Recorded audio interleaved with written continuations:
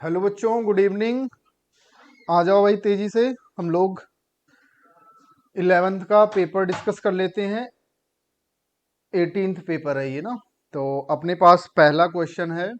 कह रहा है कि इन cyclic process work done by the processes. Cyclic process में वर्क डन की बात कर रहा है। देखो, साइक्लिक प्रोसेस में हमें चेंज इन इंटरनल एनर्जी हमारे पास कितनी होती है? जीरो। दिख रहा है ना बेटा, कोई दिक्कत तो नहीं है।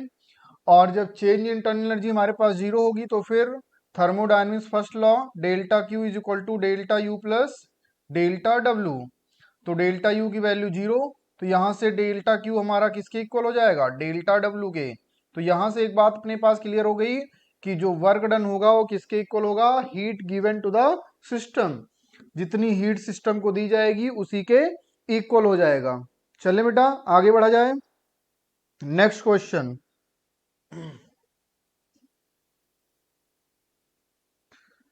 हाँ, स्लोप ऑफ एन आइडियाबैटिक प्रोसेस। देखो, आइडियाबैटिक प्रोसेस का जो स्लोप होता है अपने पास, वो हमने बताया था adiabatic process is equal to gamma times of isothermal process. Adiabatic process का होता है gamma minus gamma P upon V. और यहीं पर अपने पास पी अपॉन वी किसका होता है? आइसोथर्मल प्रोसेस का।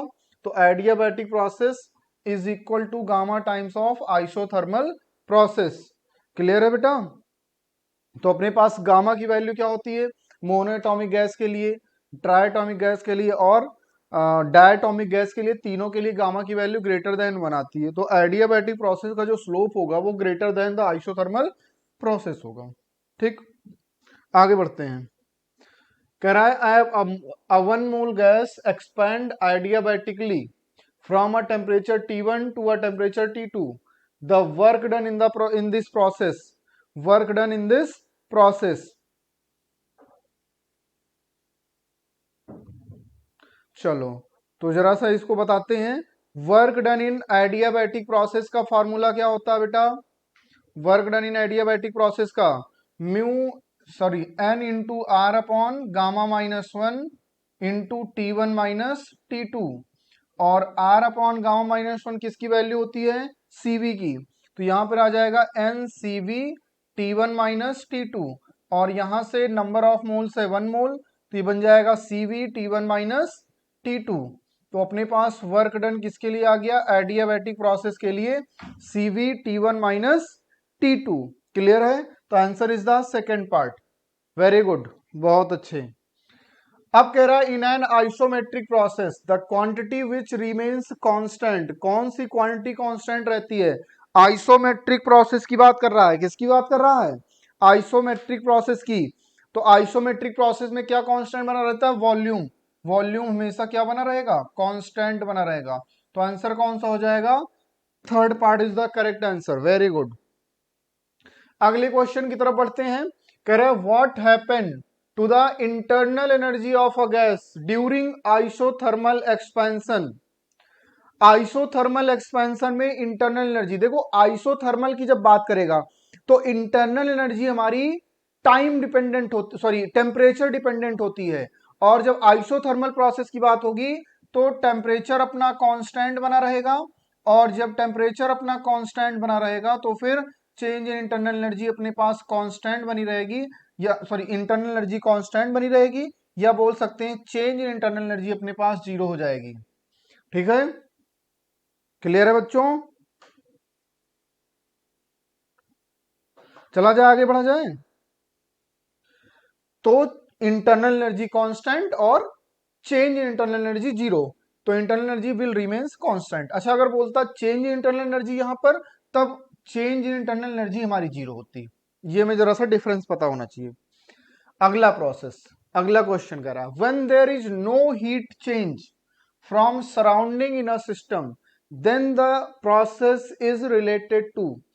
अगर अपने पास किसी भी तरह का हीट का ट्रांसफर नहीं हो रहा है सराउंडिंग और सरफेस के बीच में, और सराउंडिंग और सरफेस के बीच में अगर किसी भी तरह के हीट का ट्रांसफर नहीं होगा, तब अपने पास जो प्रोसेस होता है उस प्रोसेस का नाम है adiabatic process.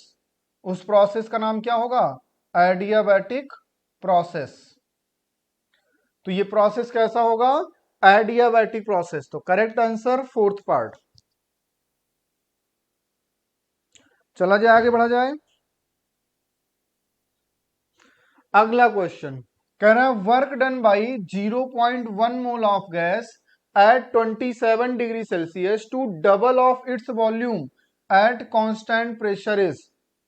Double of its volume at constant pressure is. Clear है बच्चों? चलो जरा सा इस क्वेश्चन का आंसर बताओ।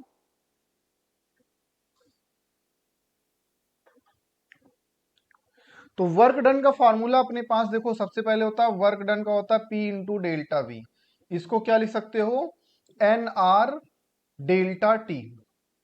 N R delta T. Temperature तो एक तो पता है अपने पास, तो हम लोग जानते हैं V is directly proportional to T. V is directly proportional to T.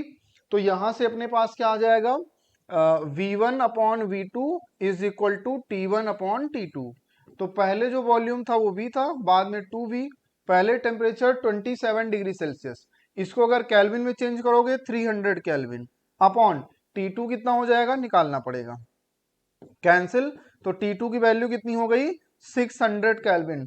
Temperature कितना आ गया? 600 केल्विन। तो बस समझ में आ गई अपने पास। नंबर ऑफ मोल्स है 0.1, आर की वैल्यू कितनी है 2, इनटू डेल्टा टी। टेम्परेचर पहले 300 था, बाद में 600, चेंज कितना हुआ? 300 का। तो ये कितना आ गया? 60 कैलोरी। आंसर कितना आ जाएगा? 60 कैलोरी। बोलो क्लियर है?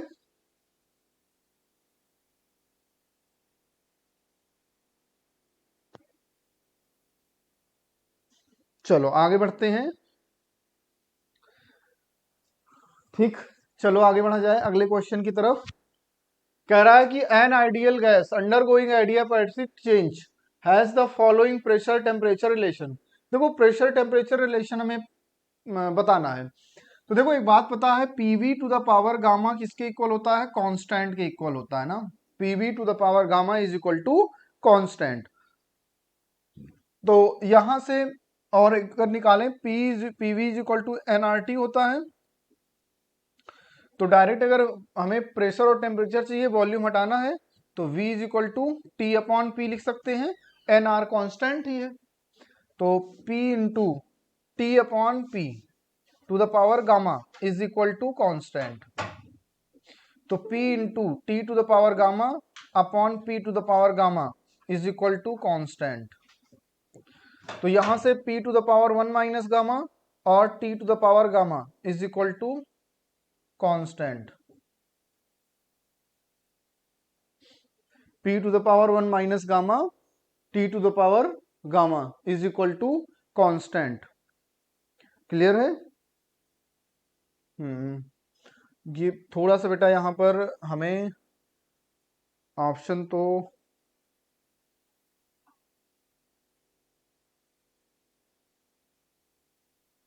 यहाँ बेटा थोड़ा सा ये 1 माइनस गामा है और ये गामा होगा ना, थोड़ा सा यहाँ पे मिस्टेक हो गया है स्लाइड बनाने में। तो आंसर वैसे फोर्थ पार्ट होगा ना, ठीक है, थोड़ा सा मिस्टेक हुआ है। चलो अब कह रहा है if the ratio of specific heats of gas at constant pressure to that at constant volume is gamma. ठीक है, the change in internal energy of a mass of gas when the volume changes from V to gamma V at constant pressure. V2 gamma V at constant pressure की हमसे बात कर रहा है adiabatic process में। ठीक है, देखो एडियाबैटिक प्रोसेस की अगर आप बात करते हैं तो वर्क डन का फॉर्मूला होता है N into R upon gamma minus 1 T1 minus T2 या T2 माइनस T1, उतना बड़ा कोई इशू नहीं है। तो अगर हम लोग पढ़ते हैं P V is equal to N R T, तो क्या हम लोग यहां से P delta V is equal to N R delta T कर सकते हैं? तो यहां पर एन आर डेल्टा टी जहां पर है वहां पर क्या पुट कर सकते हैं? P into delta we, P into delta we. तो ये हो जाएगा P delta we upon gamma minus 1, और पी इंटू डेल्टा वी की वैल्यू जरा बताओ कितनी है?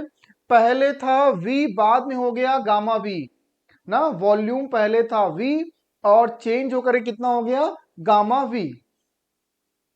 तो हो जाएगा gamma V minus V upon gamma minus 1। तो ये बन गया P इंटू V। तो यहां से V कॉमन ले लिया तो gamma minus 1 upon gamma minus 1, ये इससे कैंसिल हुआ। रिजल्ट कितना आया, P इंटू V। तो correct answer is the second part. बोलो करेक्ट है। चलो नेक्स्ट क्वेश्चन की तरफ बढ़ते हैं। कह रहा है a monoatomic gas initially at 18 degree Celsius is compressed adiabatically to 1/8 of its original volume. The temperature after compression will be. Temperature हमसे पूछ रहा है आफ्टर कंप्रेशन एडियाबैटिक, तो टेम्परेचर और वॉल्यूम का हमें रिलेशन चाहिए। तो हमें एक बात पता है, PV is power gamma is equal to constant होता है एडियाबैटिक प्रोसेस के लिए। तो हमें प्रेशर हटाना पड़ेगा। तो PV is equal to nRT से अगर प्रेशर हटाएंगे तो P इज इक्वल टू क्या लिखेंगे, T upon V, V to the power gamma minus 1 is equal to constant. तो T into V to the power, sorry ये बेटा एक second, T upon V to the power gamma is equal to constant. तो यहां से T into V to the power gamma minus 1 is equal to constant हो जाएगा। तो ये हम लोग फार्मूला अपने पास मिल गया। तो यहां से आ जाएगा T1 V1 to the power gamma minus 1, T2 V2 to the power gamma minus 1। तो यहां पे हो जाएगा V1 upon V2 to the power gamma minus 1 is equal to T2 upon T1। A monoatomic gas at initially at 18 degree Celsius. तो इसको अगर kelvin में change करोगे तो कितना आ जाएगा 273 प्लस 18 इनिशियली ना, पहले टेम्परेचर। ये T2 अपॉन T1 होगा ना बेटा, T2 अपॉन T1। ठीक, पहले वॉल्यूम था V, बाद में हो गया 1/8 V/8 gamma minus 1। Monoatomic gas है। बताओ मोनोएटॉमिक गैस के लिए गामा की वैल्यू कितनी होती है, 5/3 minus 1 is equal to temperature T2 find करना है। पहले था 18 डिग्री सेल्सियस, मतलब 273 प्लस 18। ठीक, अब बताओ इसको सॉल्व करने के बाद रिजल्ट कितना आएगा, 891 डिग्री सेल्सियस, 891 डिग्री सेल्सियस। बोलो क्लियर है।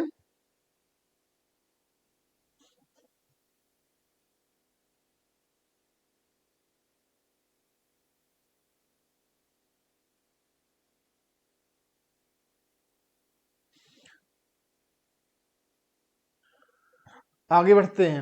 तो ये अपने पास आ जाएगा। ठीक, आगे बढ़ते हैं अगला question. We consider a thermodynamic system if delta U represent the increase in its internal energy and W the work done by the system, which of the following statement is true. देखो consider thermodynamic system if delta U represent the increase in internal energy and W the work done by the system, which of the following statement is correct. देखो अपने पास होता है delta Q is equal to delta U plus delta W. ठीक है, अगर हम लोग एडियाबैटिक प्रोसेस की बात करेंगे तो delta Q no heat transfer, delta Q is equal to 0। तो डेल्टा यू किसके इक्वल हो जाएगा, minus of delta W. Delta you किसके इक्वल होगा, माइनस ऑफ डेल्टा डब्ल्यू के। और यही अपने पास पहला आंसर दिया है। तो करेक्ट आंसर हो जाएगा फर्स्ट पार्ट। अगले क्वेश्चन की तरफ बढ़ते हैं। N ideal gas heat engine operates in a Carnot cycle between 227 degree Celsius and 127 degree Celsius. It absorbs 6 kilocalorie at the higher temperature. ठीक है, and the amount of heat converted into work is equal to। देखो अपने पास अगर हम लोग बात करें efficiency की तो होती है work upon heat given to the cycle या फिर टू द मशीन या to the heat engine is equal to 1 minus T2 upon T1, यही होता है। तो वर्क हमें फाइंड करना है, कितनी हीट दी गई 6 किलो कैलोरी, ठीक। 1 माइनस T2 कितना है 227, और ये कितना है कार्नोट साइकिल 127 और 227, जब इसको बेटा कन्वर्ट करोगे तो ये कितना हो जाएगा 127 प्लस 273, ये बन गया 400, T2 की वैल्यू हो गई। और T1 अपने पास कितना हो जाएगा 227 प्लस 273, ये कितना हो जाएगा 500, तो ये बन जाएगा 400 अपॉन 500, कैंसिल कर दो 1/5, तो वर्क कितना हो जाएगा 6 अपॉन 5, मतलब 1.2 किलो कैलोरी, 1.2 किलो कैलोरी। चलो आगे बढ़ते हैं। Choose the incorrect statement related to a isobaric process. Isobaric process के लिए कौन सा स्टेटमेंट इनकरेक्ट है? कह रहा है V by T is equal to constant. देखो PV is equal to nRT, तो प्रेशर तो कांस्टेंट है ही है आइसोबैरिक प्रोसेस के लिए, तो V अपॉन टी भी अपना क्या हो जाएगा कांस्टेंट होगा, ठीक है, करेक्ट है ये। फिर कह रहा है W is equal to P into delta B, ये तो करेक्ट ही है। फिर कह रहा है heat given to a system you used up in raising the temperature only, नहीं बिल्कुल नहीं। जब हीट आप सिस्टम को देंगे तब उसमें से कुछ heat according to thermodynamics first law, कुछ हीट किस में कन्वर्ट हो जाएगी टेम्परेचर को इंक्रीज करने में, और कुछ हीट वर्क करने में कन्वर्ट होगी। तो आंसर कौन सा, ये इनकरेक्ट ये वाला है। और work done mu R delta T, क्योंकि पी डेल्टा भी किसके इक्वल हो जाता है एन आर डेल्टा टी के। तो ये भी करेक्ट है, ये भी करेक्ट है, ये भी करेक्ट है। इनकरेक्ट पूछा था ये है, तो अपने पास ऑप्शन कौन सा होगा थर्ड पार्ट। फिर आ गया identify the graph which correctly represent and isothermal at two temperature T2 and T1। Isothermal process की हमसे बात कर रहा है, ठीक है, किसकी बात कर रहा है आइसोथर्मल प्रोसेस की, और जिसमें T2 is greater then T1 है, ठीक है। तो पहली चीज तो आइसोथर्मल प्रोसेस का जो ग्राफ होता है कुछ ऐसा होता है, ठीक। अब ऐसा ग्राफ दो रिप्रेजेंट कर रहे हैं, ये और ये। अब इन दोनों में करेक्ट कौन सा होगा, टेम्परेचर T2 ज्यादा है, टेम्परेचर T2 तो ऊपर वाला टेम्परेचर T2 है, नीचे वाला T1 है, तो करेक्ट आंसर हो जाएगा फर्स्ट पार्ट, ये वाला गलत हो जाएगा, क्योंकि इसमें T1 को ग्रेटर दिखा रहा है, T2 को छोटा दिखा रहा है। Identify the incorrect statement related to a cyclic process. हमें इनकरेक्ट स्टेटमेंट बेटा फाइंड करना है। कह रहा है कि the initial and final condition always coincide. देखो एक बात तो यार पक्की है कि जब भी अपने पास साइक्लिक प्रोसेस होगा तो उसकी इनिशियल और फाइनल पोजीशन सब कोइंसाइड कर रही होगी, करेक्ट है।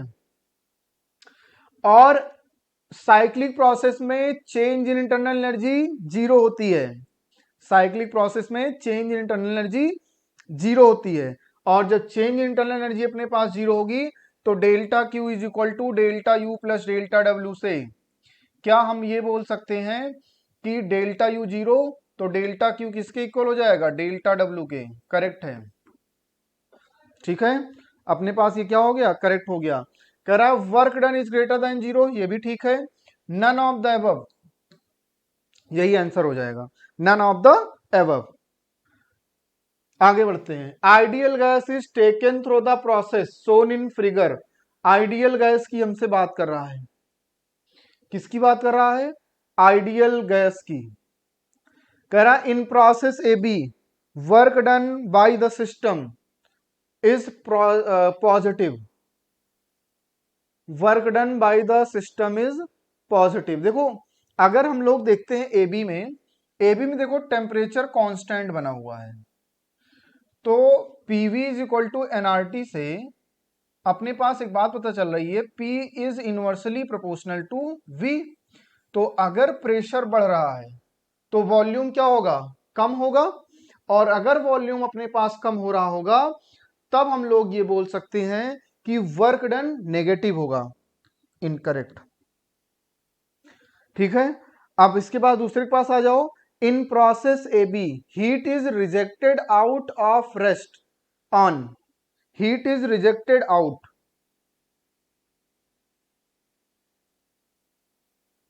चलो भाई देख लेते हैं, प्रोसेस ए बी की बात कर लेते हैं।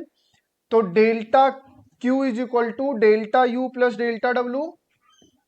तो अपने पास डेल्टा यू की वैल्यू क्या हो जाएगी, 0, क्योंकि टेम्परेचर अपना कांस्टेंट है। तो यहां से डेल्टा क्यू किसके इक्वल हो जाएगा, डेल्टा डब्ल्यू के। और वर्क डन हमने बताया जब नेगेटिव होगा ए से बी में, तो बताओ हीट क्या होगी, बाहर निकलेगी, रिजेक्ट हो रही होगी, इजेक्ट हो रही होगी। क्यों, क्योंकि नेगेटिव साइन क्या इंडिकेट कर रहा होता है कि सिस्टम हीट सराउंडिंग को दे रहा है, और पॉजिटिव का साइन क्या इंडिकेट कर रहा होता है, सराउंडिंग से हीट सिस्टम ले रहा है। बोलो बात क्लियर है। तो आंसर कौन सा हो जाएगा, second part. V is equal to K into P upon T to the power 0.33। ठीक है, जरा सा इसको समझते हैं ना।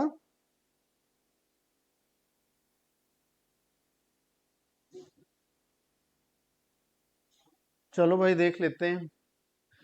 V is equal to K into P upon T to the power 0.33।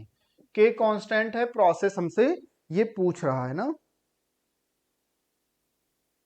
तो हम लोग जानते हैं यार, PV is equal to NRT.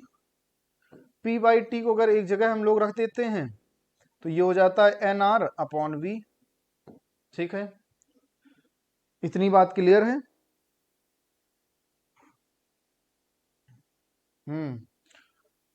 तो अब जरा सा P बाई टी की वैल्यू उठा करके इसमें रख देते हैं ना। तो क्या हो जाएगा, V is equal to K N R upon V to the power 0.33 को 1/3 हम लोग कर देंगे, 0.33 को 1/3 कर देंगे। अब जरा इसको सॉल्व करते हैं। V is equal to K N R to the power 1/3, और यहां पर V टू द पावर 1/3 है।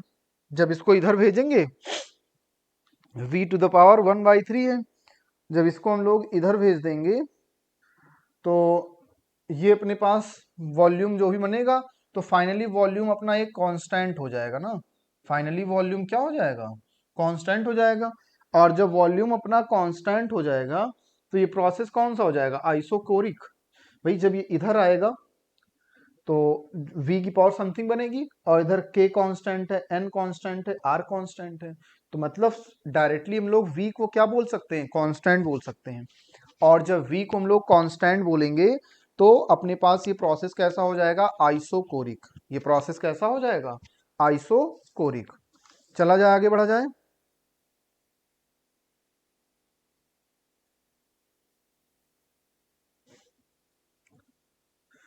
अब कह रहा है find work done for the process shown in figure. Work done, तो यार इसका एरिया निकालो, अपने पास वर्क डन आ जाएगा।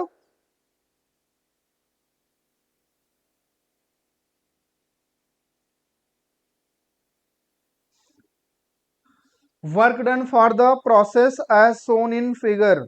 चलो भाई जरा इसका आंसर बताओ।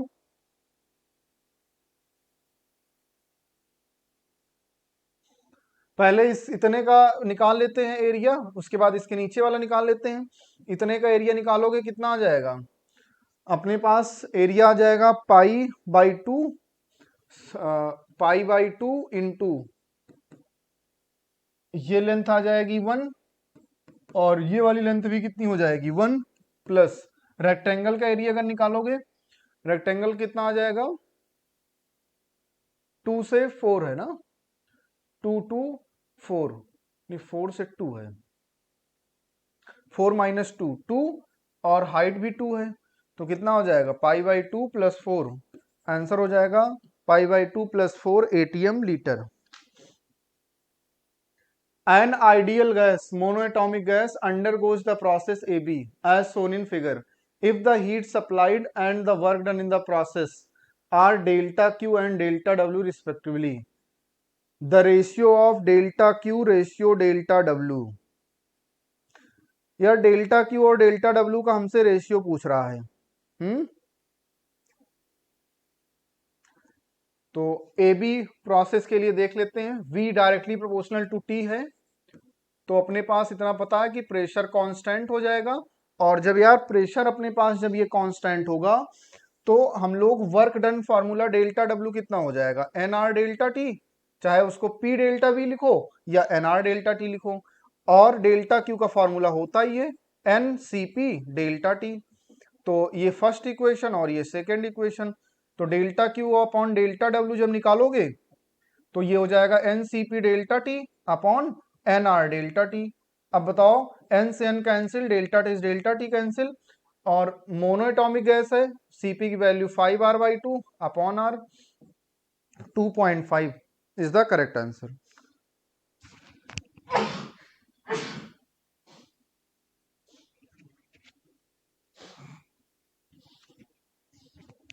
सॉरी बेटा sorry.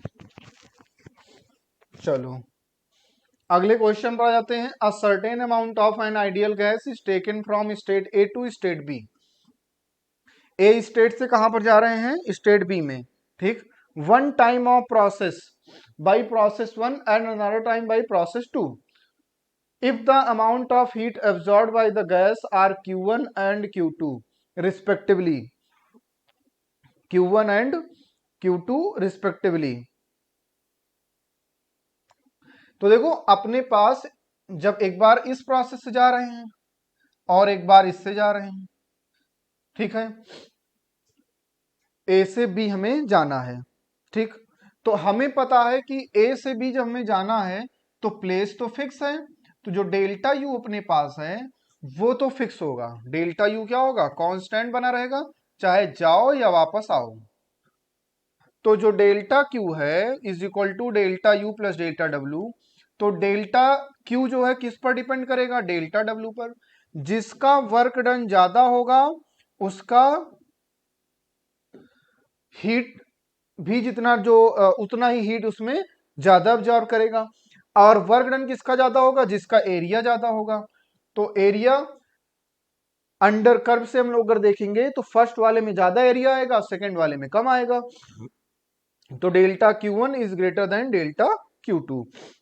Third part is the correct answer.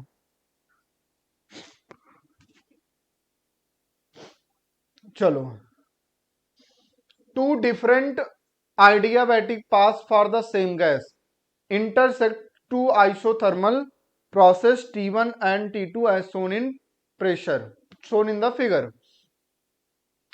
Then VA upon VD is equal to, VA upon VD is equal to,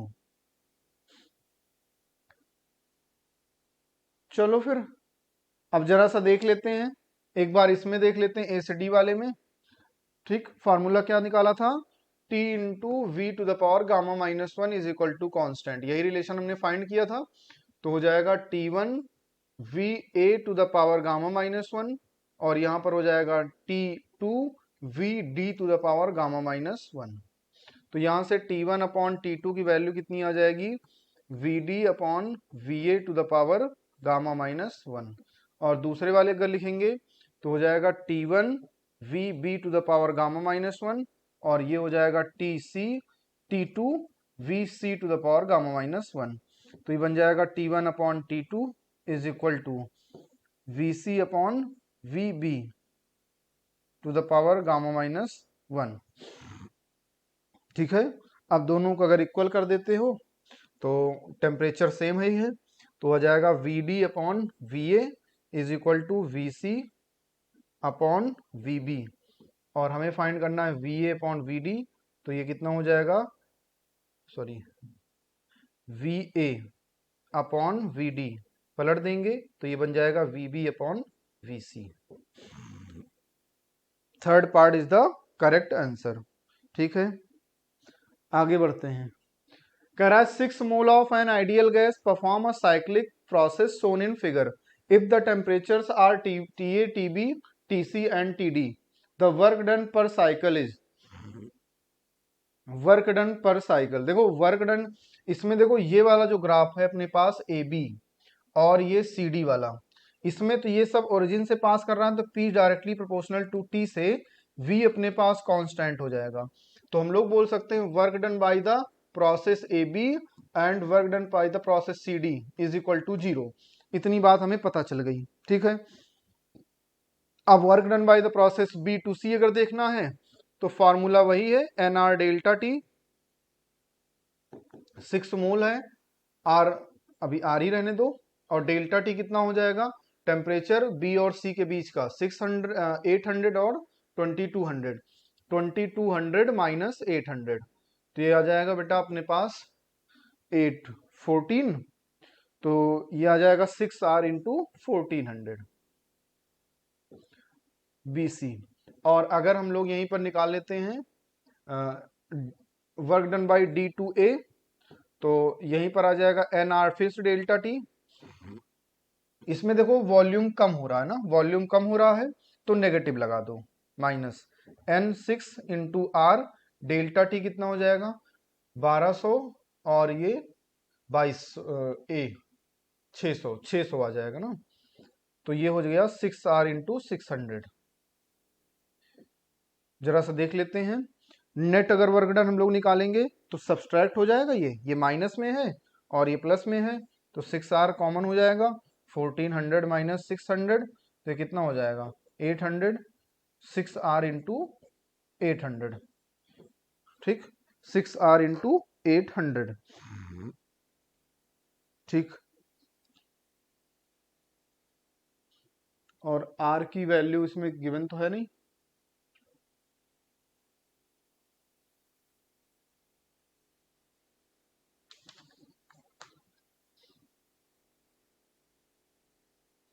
तो R की वैल्यू रख दो 8.3 समथिंग, 8.3 इंटू 6 इंटू 800, तो लगभग वही आ जाएगा यार 40,000 के आसपास ना, 40,000 के आसपास। चलें आगे बढ़े।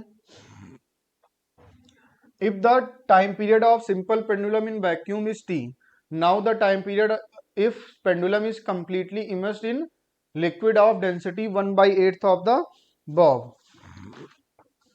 तो डायरेक्ट इसमें फार्मूला लगाओ, T is equal to 2 pi under root, T is equal to 2 pi under root L upon 1 minus rho 2 upon rho 1 into g, तो T डैश हो गया, तो T dash is equal to हो जाएगा 2 pi under root L upon 1 minus, यहाँ पर ये कितना दिया है 1/8 है ना, तो ये हो जाएगा जो भी था D/8 हो जाएगा, इसका मान लिया था D इंटू जी, तो ये इससे कैंसिल हो जाएगा, 2 पाई अंडर रूट ये L अपॉन जी, और अंडर रूट में 7/8 बचेगा, 8/7 ना, 8/7, तो under root 8 upon 7 into T, तो करेक्ट आंसर हो जाएगा last part. A particle is executing SHM along a straight line. Its velocities at a distance x1 and x2 from the mean position are v1 and v2 respectively. Its time period, तो देखो v1 का अगर value find करें, v1 square is equal to omega square a1 square minus x1 square, और यहां से v2 square find करें a2 square minus x2 square, ठीक है। हमसे टाइम पीरियड पूछ रहा है ना, तो टाइम पीरियड अगर हमसे पूछ रहा है तो यहां से हम लोगों को a1 और a2 एक ही SHM है, तो a तो सेम हो जाएगा, ठीक, तो a की वैल्यू जरा निकालते हैं यहां से ना, यहां से a की वैल्यू निकालते हैं,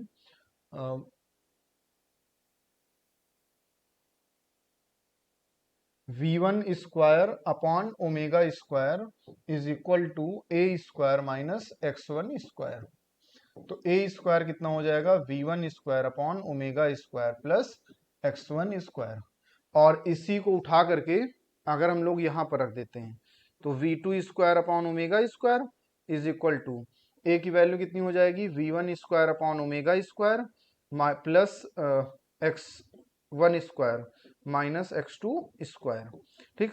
अब यहाँ से जब ओमेगा बेटा हम लोग जब सॉल्व करेंगे तो वहां से अपने पास टाइम पीरियड आ जाएगा, और उसकी वैल्यू हो जाएगी 2 pi under root x2 square minus x1 square upon v1 square minus v2 square.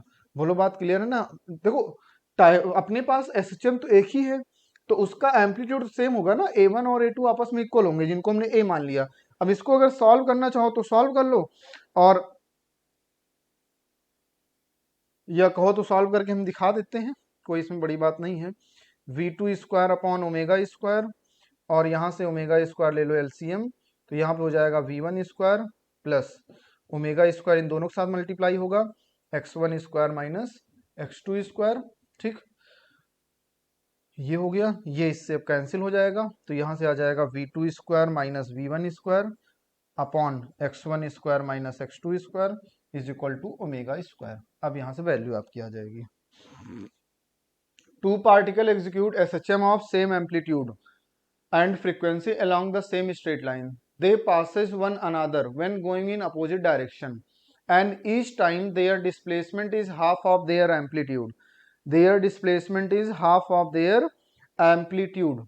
The phase difference between them is, phase difference between them is, देखो हमसे phase difference की बात कर रहा है, इक्वेशन लिख लो, y is equal to a sin omega t plus five, तो कह रहा है कि हाफ ऑफ एम्पलीट्यूड, तो a/2 is equal to a sine omega T plus five, तो यहां से a से a कैंसिल, तो ये साइन 60 डिग्री वैल्यू, साइन 30 की मतलब π/6 is equal to sine omega T plus five, sorry एक second, omega T plus five. बोलो क्लियर है ना, ओमेगा टी प्लस फाइव, यहां तक सबको क्लियर है। और यही अपने पास टोटल फेज आ जाएगा, यही अपने पास टोटल फेज आ गया π/6 का। ठीक, और एक तो ये π/6, या दूसरा इसी में अगर निकालना चाहो तो 5π/6 आ जाएगा। ठीक है, the phase difference between them, तो 5π/6 माइनस π/6 कितना आ जाएगा, 4π/6, जिसको हम लोग 2π/3 बोलते हैं, इसी को हम लोग बोल सकते हैं 120 डिग्री। ठीक है, चलो आगे बढ़ते हैं अगले क्वेश्चन की तरफ।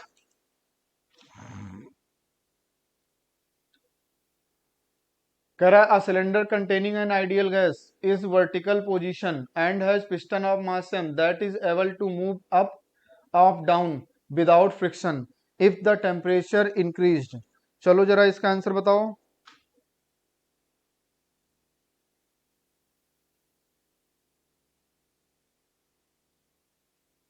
देखो यहां पर चेंज क्या होगा, पिस्टन लगा हुआ, यहां पर चेंज क्या होगा, volume.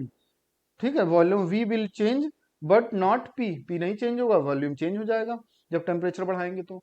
The length of second pendulum, second pendulum की लेंथ 1 मीटर, लगभग में 99 पॉइंट समथिंग सेंटीमीटर होता है ना, 99 सेंटीमीटर।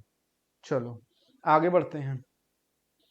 करा acceleration of a particle performing SHM is 12 centimetre per second square at a distance of 3 centimetre from the mean position, its time period. देखो A की value होती है omega square into X, A अपने पास है 12, omega square, X की value कितनी है 3, तो 3 4 जा 12, ओमेगा हो जाएगा 2, तो 2 पाई अपॉन टी की वैल्यू हो गई 2, तो यहां से 2 से 2 कैंसिल, तो टी कितना हो जाएगा 1 upon T is equal to pi 3.14 second.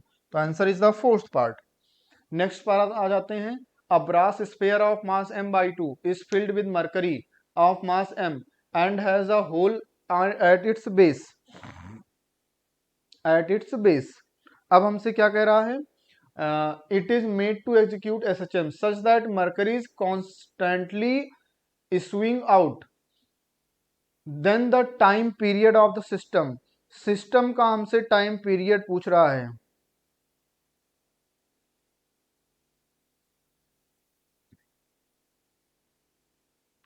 देखो अपने पास ब्रास स्फीयर, देखो टी टाइम पीरियड का फॉर्मूला क्या होता है, 2 pi under root L upon G. कह रहा है a brass sphere of mass m/2 is filled with mercury of mass m, मतलब इसके, ये ब्रास का स्फीयर है, इसके अंदर मरकरी भरा हुआ है, and has a hole at its base, base पर एक होल किया जा रहा है। It is made to execute SHM such that mercury is constantly issuing out, मतलब मरकरी बाहर निकल रही है। Then the time period of the system, देखो एक बात समझो, जब अपने पास मरकरी जब यहां से बाहर की तरफ जब निकल रही होगी, जब मरकरी अपने पास बाहर जब निकल रही होगी, तो जो इफेक्टिव लेंथ होगी, जो इफेक्टिव लेंथ होगी वो अपने पास क्या हो जाएगी, बढ़ेगी, और जब इफेक्टिव लेंथ अपने पास बढ़ेगी तो पहले टाइम पीरियड बढ़ेगा और उसके बाद धीरे धीरे टाइम पीरियड कम होगा और वो फर्दर कहां पर आ जाएगा, अपने पुराने टाइम पीरियड के इक्वल। तो answer is the fourth part. T1 is the time period of simple pendulum. The point of suspension moves vertically upward according to y is equal to kt square, where k is equal to 1 meter per second square. New time period is T2. Then T1 square upon T2 square. Then T1 square upon T2 square. चलो भाई इसका answer बताओ।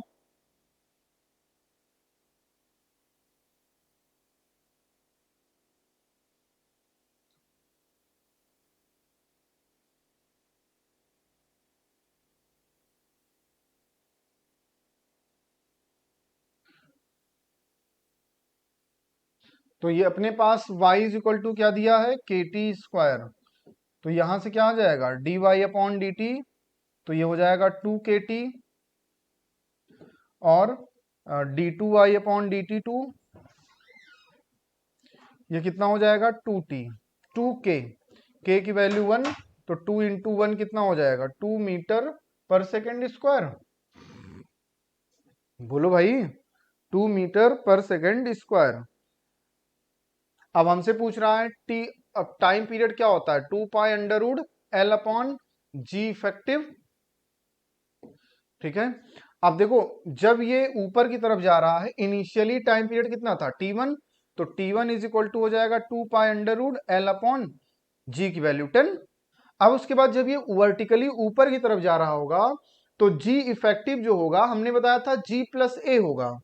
तो ये हो जाएगा T2 is equal to 2 pi under root G plus A जब करोगे तो 10 प्लस 2 12 हो जाएगा।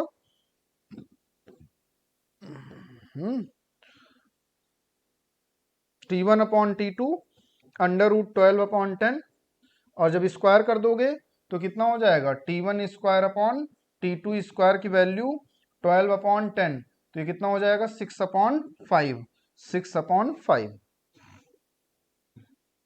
A flat horizontal board moves up and down in SHM of amplitude A.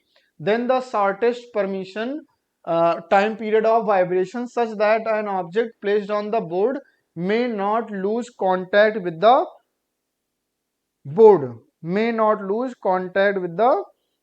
board. अब यार जब ये SHM कर रहा होगा तो इसके ऊपर जो नेट फोर्स लग रहा होगा mr ओमेगा स्क्वायर, ये किसके इक्वल होना चाहिए, mg के इक्वल हो जाए, तभी ये उस कांटेक्ट को लूज नहीं करेगा।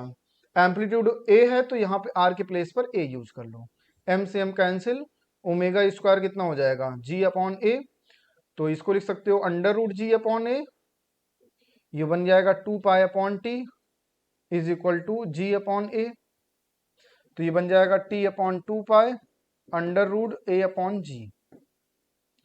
तो टी की वैल्यू कितनी हो जाएगी 2 pi under root A upon G. फिर कह रहा है the phase difference between the instantaneous displacement and acceleration of a particle executing simple harmonic motion. Phase difference between the instantaneous acceleration displacement and acceleration. बताओ भाई displacement अपना positive में होता है y is equal to A sine omega T और acceleration minus omega square into Y, means दोनों में एक में प्लस दूसरे में माइनस, तो दोनों के बीच का फेज डिफरेंस 180 डिग्री पाई हो जाएगा ना। Third part, which of the following is true for progressive wave. यार ये तो बहुत फेमस क्वेश्चन क्या है, ये फॉर्मूला है ना, तो इसका आंसर कौन सा हो जाएगा फर्स्ट पार्ट। इसका आंसर कौन सा हो जाएगा first part. Two boys stand close to long straight metal pipe, ठीक, some distance from each other. One boy fires a gun and the other hears 2 explosions with a time interval of 1 second between them. If the velocity of sound in metal is 3630 meter per second and in air is 330 meter per second, the distance between the two boys। यार ये तो simple सा question है, तो ये कितना हो जाएगा L अपॉन 330 ये हो जाएगा L/3630 इज इक्वल टू क्या कर लेंगे 1। और जब इसको हम लोग सॉल्व करेंगे तो L की वैल्यू कितनी आ जाएगी 363 सेंटीमीटर, और यही डिस्टेंस बिटवीन टू बॉयज हो जाएगा ना। An organ pipe closed at one end has fundamental frequency of 1500 Hz. The maximum number of overtones generated by this pipe, which a normal person can hear. Which a normal person can hear. देखो normal person कहां तक सुन सकता है यार 20 kilo hertz, 20,000 hertz तक normal person सुन सकता है ना। ठीक, तो 1500 बन रहा है पहले का। ठीक, ओपन ऑर्गन पाइप है, सॉरी क्लोज्ड ऑर्गन पाइप है, एक एंड पर क्या होगा ये क्लोज्ड है, an organ pipe closed eight one and. ठीक है, क्लोज्ड एट वन एंड पर है। तो अब जरा सा 1:3:5 7 9 11 ऐसे कुछ रेशियो मिलता जाता है इसमें ओवरटोन। ठीक, तो फर्स्ट सेकंड थर्ड अगर देखते हैं तो ये 1500 हो जाएगा। सेकंड वाला अगर देखोगे तो 1500 इंटू 3 4500, 1500 इंटू 7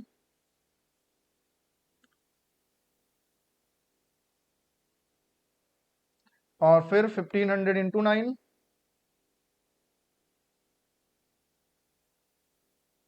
फिर 1500 इंटू 11,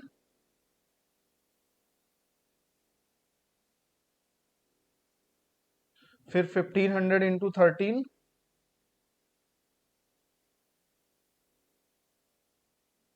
यहां तक जाएगा 1 2 3 4 5 6 7 7 तक ही तो जा रहा है फर्स्ट। अच्छा, यहां से ये तो हो गया अपने पास ओवरटोन की बात कर रहा है ना, तो ये तो हो जाएगा फंडामेंटल। ये फर्स्ट होगा, second third fourth fifth six, six overtone ना, six overtone. Figure shows the displacement time graph of a simple harmonic progressive wave. The amplitude, बताओ भाई इसका एम्पलीट्यूड कितना है। एम्पलीट्यूड क्या होता है y मैक्स के इक्वल, एक साइड में मैक्सिमम एम्पलीट्यूड कितना है 2। Answer second part. कह रहा है the displacement y of wave travelling in X direction given by y is equal to 10⁻⁻⁴ something दिया है, where the speed of wave motion, wave की speed v is equal to क्या होता है omega upon K. Omega की value कितनी है 600 और k है 2, तो ये कितना हो जाएगा 300। भाई ये ओमेगा टी और ये के एक्स, ये ओमेगा हो गया, ये k हो गया, k2 हो गया, ओमेगा 600, तो 300 आ जाएगा। आगे बढ़ते हैं। Small amplitude progressive waves in a stretched string have a speed of 100 centimetre per second and frequency 100 hertz. The phase difference between 2 points 2.75 centimetre apart on the string in radian is, in radian is. चलो भाई जरा सा solve करते हैं। 100 centimetre 100 hertz, v is equal to N into lambda. ठीक, 100 है और frequency है 100, लैम्डा की वैल्यू फाइंड कर लेते हैं। लैम्डा आ जाएगा 1 मीटर, 1 सेंटीमीटर ना, सेंटीमीटर दिया है तो लैम्डा कितना आ गया 1 सेंटीमीटर। क्लियर है, चला जाए आगे बढ़े। ठीक है, अब अगर हम लोग निकालते हैं डेल्टा फाई फेज डिफरेंस पूछ रहा है, तो हो जाता है 2 pi by lambda into path difference ना। तो 2 पाई बाई लैम्डा की वैल्यू है 1 और पाथ डिफरेंस 2.75। जब इसको हम लोग सॉल्व करेंगे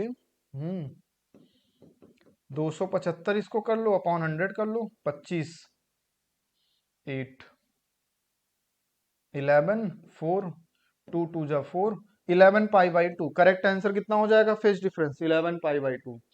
The displacement of a particle varies according to the relation this, the amplitude of the particle, ये तो सिंपल है a cos omega t plus b cos omega t वाला। तो 4 को जब अंदर मल्टीप्लाई करोगे तो ये भी 4 हो जाएगा, b भी 4 हो जाएगा, तो under root 4 square plus 4 square कितना हो जाएगा अंडर रूट 32, जिसको हम लोग बोलते हैं 4√2। Correct answer last part. A stretched string of 1 meter length, stretched string of 1 meter length at of both ends having a mass this is under a tension of 20 Newton, under a tension of 20 Newton. It is plugged at a point situated 25 centimeter from one end. ठीक, the stretched string would vibrate with a frequency. तो देखो frequency का formula क्या हो जाएगा, frequency का formula nu is equal to N upon two L under root T by M. अब बताओ m जो अपने पास होता है ये है मास पर यूनिट लेंथ, तो यहां पर लिखो मास अपॉन में लेंथ l, मास पर यूनिट लेंथ आ गया। ठीक है, चला जाए भाई। और 1 मीटर लेंथ है, ठीक 1 मीटर लेंथ है, तो बताओ इसमें नंबर ऑफ लूप्स कितने होंगे, नंबर ऑफ लूप्स की हमसे बात कर रहा है, नंबर ऑफ लूप्स बताओ कितने होंगे बेटा, नंबर ऑफ लूप्स हो जाएंगे 2। कितने लूप्स होंगे 2, तो ये हो जाएगा 2 upon 2 pi under root T upon T कितना है 20 न्यूटन अपॉन मास कितना है 5 इंटू 10⁻⁻⁴ और लेंथ कितनी है 1 मीटर। और जब इन सब को हम लोग सॉल्व करेंगे बच्चा, तो अपने पास जो करेक्ट आंसर आ जाएगा वो आ जाए, एक सेकंड 2 पाई नहीं, ये 2l है यार, एक सेकंड 2 पाई कहां से आ गया, n अपॉन 2l, ये भी l है ना, ठीक। और जब इसको जब हम लोग सॉल्व करेंगे तो अपने पास वैल्यू निकल करके आ जाएगी 200 हर्ट्स, वैल्यू कितनी निकल करके आएगी 200 हर्ट्स। ठीक है, चलो चला जाए बेटा, आगे बढ़ें।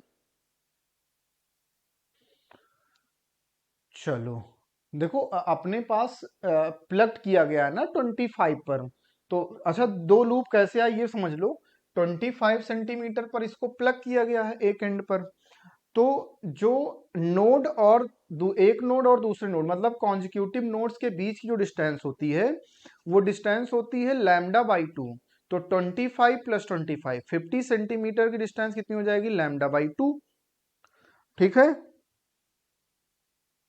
और जब इसको हम लोग दो लूप की हम लोग बात करेंगे 1 मीटर है तो 100 सेंटीमीटर मतलब तो कितने हो जाएंगे, दो लूप की हम लोग बात कर रहे हैं। A closed organ pipe and open organ pipe have their first overtone are identical in frequency, then their length in the ratio first overtone। तो closed organ pipe का first overtone 3n closed, और इसका हो जाएगा अपने पास first overtone कितना हो जाता है 2 इंटू एन ओपन, इसका 1:2:3 में होता है, इसका 1:3:5 में होता है, तो 3 into V by 4l closed is equal to 2 into V upon 2l open. तो ये इससे कैंसिल, 2 से 2 cancel, length are in the ratio closed upon open का रेशियो कितना हो जाएगा 3/4, तो ये आंसर आ गया 3/4। ठीक है, आगे बढ़ा जाए।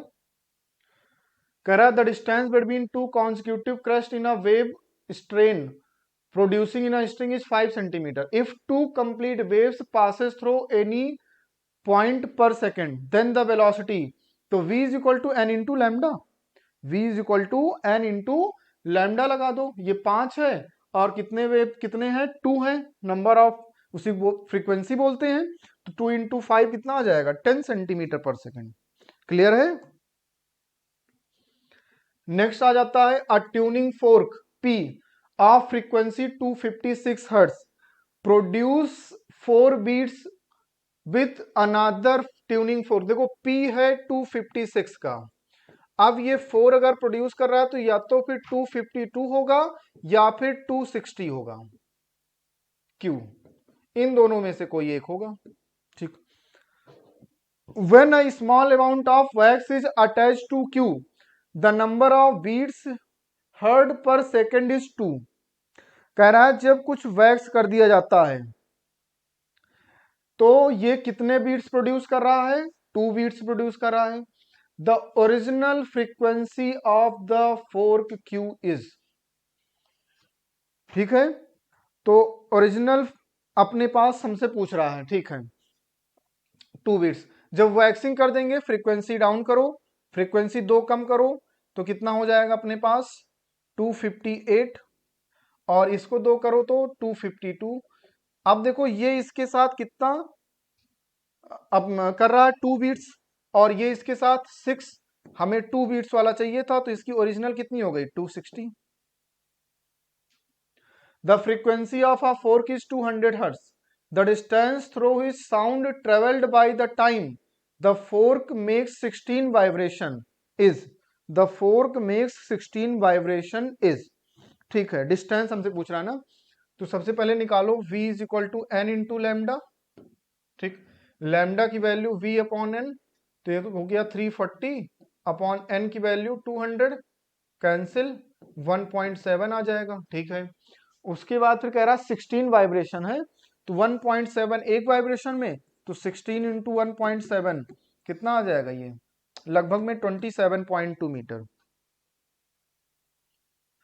Two closed end pipes when sounded together produced 5 beats per second if their length are in the ratio 100:101, then fundamental notes। हमसे क्या पूछ रहा है, फंडामेंटल नोट्स। देखो एक बात, n1 अपॉन n2 is equal to l2 upon l1, भाई n is inversely proportional to l, ये हो जाएगा। और n1 माइनस n2 कितना दिया गया है 5, और रेशियो कितना है 100:101, तो 101 अपॉन 100 हो जाएगा। ठीक, तो यहां से अगर हम लोग n2 की वैल्यू अगर निकालें यहां से, तो n2 देखो अपने पास कितना आ जाएगा, n2 आ जाएगा 100 n1 अपॉन 101। इसको उठा के इसमें रख दो, n1 minus 100 n1 upon 101 is equal to 5, तो n1 upon 101 is equal to 5, तो n1 की वैल्यू कितनी हो गई 505, n1 की वैल्यू कितनी हो गई 505। तो अपने पास n2 कितना हो जाएगा बेटा, अगर n1 हो गया 505, तो बताओ n2 कितना हो जाएगा 500, n2 कितना होगा 500। सिंपल है, 5 कम है, तो ये हो गया 505 minus n2 is equal to 5, तो n2 कितना हो जाएगा 500। ठीक है बेटा, चलो फिर आज का डिस्कशन कंप्लीट हुआ, इसके बाद ठीक है, बाय बच्चों।